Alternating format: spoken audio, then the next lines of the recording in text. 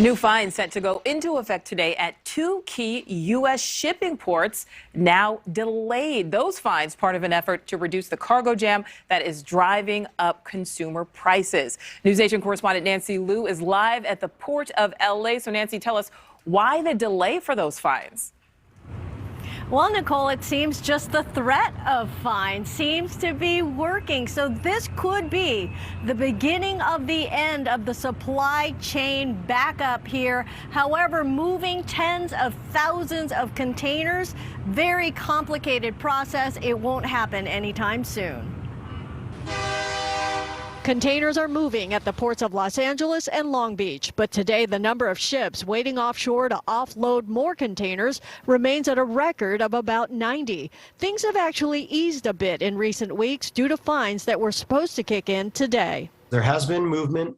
The importers have been moving things off of dock at a much quicker pace.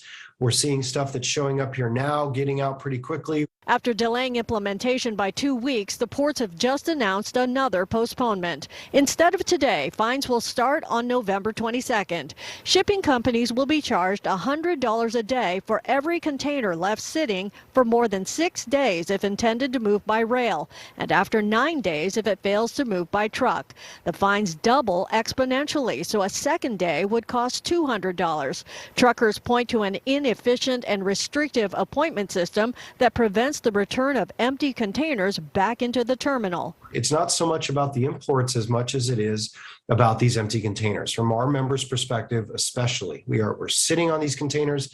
They're sitting on top of chassis. They're taking up space in our yards. For importers, container fines on top of much higher shipping costs will likely mean higher consumer prices. But the threat of fines has already triggered a 26% decline in aging cargo on the docks. There is a tremendous effort underway to make sure that during these holiday times coming up here, folks can expect to get their presents under the tree or where have you. I mean, I don't know. If not, just invest in gift cards.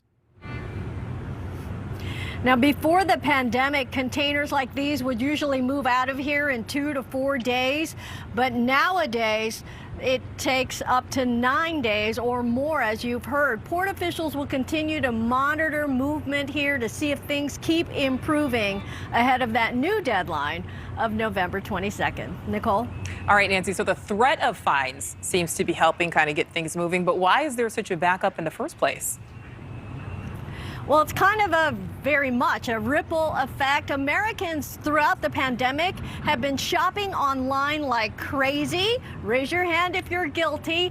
And because also there was a surge in home improvement. So you're talking appliances, furniture, things that take up a lot of space on these ships. And turning those containers is taking time. So not enough containers in the system. You can't get more stuff out. So just a horrible ripple effect. And we're going to feel it for perhaps more than a year out. Yeah, we're all certainly a little guilty of that. All right, Nancy, thank you.